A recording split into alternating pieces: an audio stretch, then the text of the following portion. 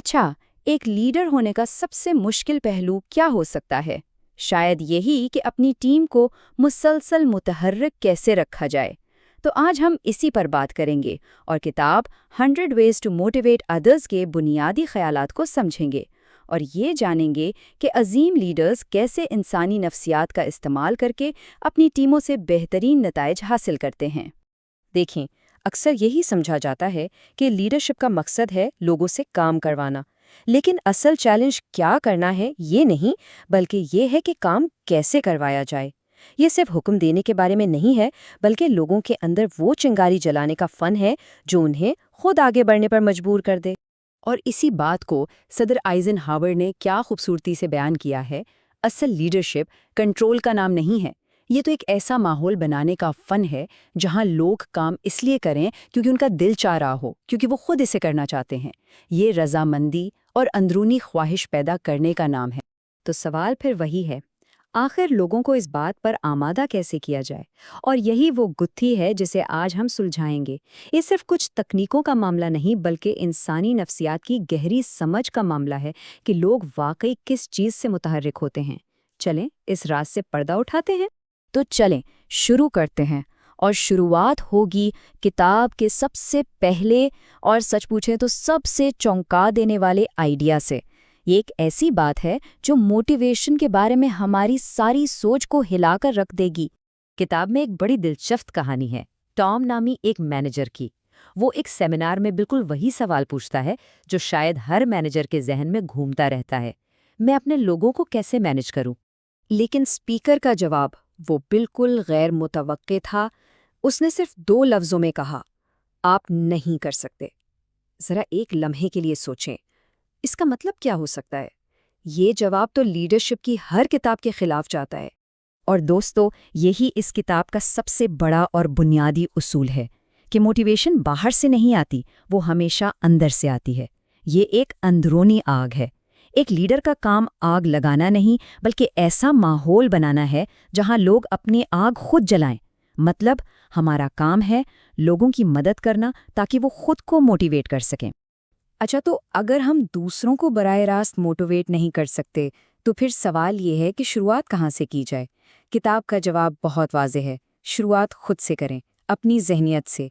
इससे पहले कि दूसरों पर असर डालें, पहले खुद को समझना ज़रूरी है।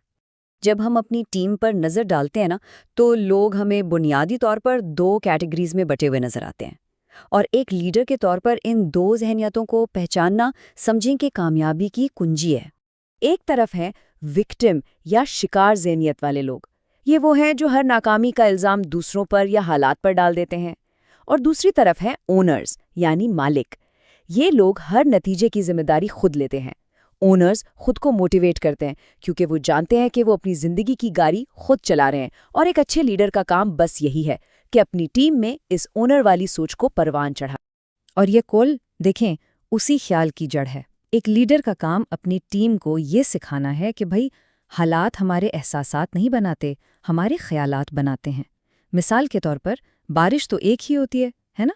लेकिन वही बारिश किसी को उदास कर देती है और किसी को खुश। फ़र्क कहाँ है? बारिश में नहीं, सोच में। और बस यही तो मोटिवेशन का सारा खेल है। अच्छा, तो माइंडसेट की बात तो हो गई। अब आते हैं कुछ अमली टूल्स की तरफ। अगर लोगों को बराह रास्त कंट्रोल नहीं किया जा सकता, तो फिर एक मैनेजर करता क्या है? जवाब बड़ा दिलचस्प और ताकतवर है। आप लोगों को नहीं, उनके साथ किए गए मुआहदों को मैनेज करते हैं। और ये लीडरशिप में एक बहुत बड़ी शिफ्ट है। पहला कदम, मिलकर तय करें कि हमें क्या नताइज चाहिए। दूसरा कदम, फिर उन्हें वो नतीजा हासिल करने की पूरी आज़ादी दें। हर कदम पर उनके सर पर सवार होने के बजाय उन्हें काम करने दें।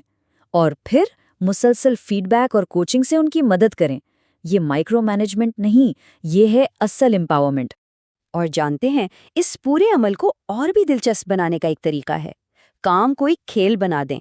जब स्कोर बोर्ड होता है, गोल सेट होते हैं और कोचिंग होती है, तो काम बोझ नहीं लगता, एक चैलेंज लगता है। लोग खेल में तो खुद ही मोटिवेटेड होते हैं, तो क्यों ना इसी एनर्जी को काम पर भी लाया जाए। अब आते हैं एक ऐसे नफ्सियाती नुक्ते पर जो वाकई एक गेम चेंजर है। हम आमतौर पर क्या करते हैं?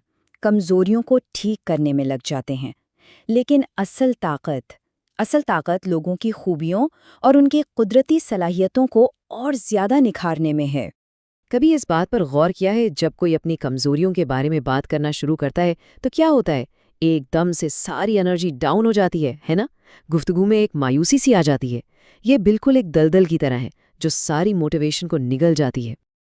لیکن اس کے بالکل برعکس، جب بات ان کی خوبیوں کی ہوتی ہے، ان چیزوں کی جن میں وہ اچھے ہیں، تو سب کچھ بدل جاتا ہے۔ انرجی لیول اوپر چلا جاتا ہے، خود اعتمادی بڑھتی ہے اور پرفارمنس تو جیسے آسمان کو چھونے لگتی ہے۔ یاد رکھیں، ایک عظیم لیڈر کمزوریوں کا ڈاکٹر نہیں ہوتا، وہ خوبیوں کا کوچ ہوتا ہے۔